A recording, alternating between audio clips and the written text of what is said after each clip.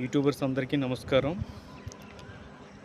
Vaishnavi case మాత్రం రోజు రోజుకంటే చనిపోయి చాలా రోజులు అవుతున్నప్పటికీ కూడా ఇది పక్కన పడేస్తున్నారు. దానికోసం అసలు ఎవ్వరూ స్పందించట్లేదు.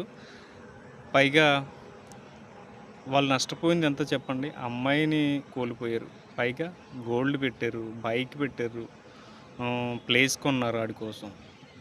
ఇవన్నీ కూడా ఎంత నష్టానికి మొత్తం నష్టమే. అమ్మాయిని కోల్పోయారు.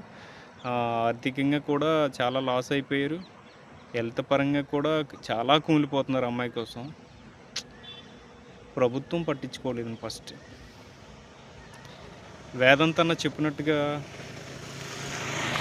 ఒక అమ్మాయి వెనకాల ఇంకొక అమ్మాయి, ఇంకొక అమ్మాయి వెనకాల ఇంకా ఇలా జరుగుతూనే ఉన్నాయి తప్ప న్యాయం అయితే జరగలేదు. వాళ్ళ అన్నయ్యలు ఏం చెప్తున్నారు? వాడిని వదిలిపెట్టండి, మేమే ఎన్కౌంటర్ చేస్తాం, మేమే చంపేస్తాం, చంపేసి మేము కూడా జైలుకి వెళ్తాం, మమ్మల్ని కూడా బెయిల్ కూడా మేమే వచ్చేస్తాం బెయిల్తో అని అంటున్నారు. ఎంత ఆవేదనకు గురవుతున్నారండి వాళ్ళు. ప్రభుత్వానికి చెప్పుకున్నది ఒకటే, ప్లీజ్ వైష్ణవి అమ్మానాన్నకి న్యాయం చేయాలి, ప్లీజ్ అండి.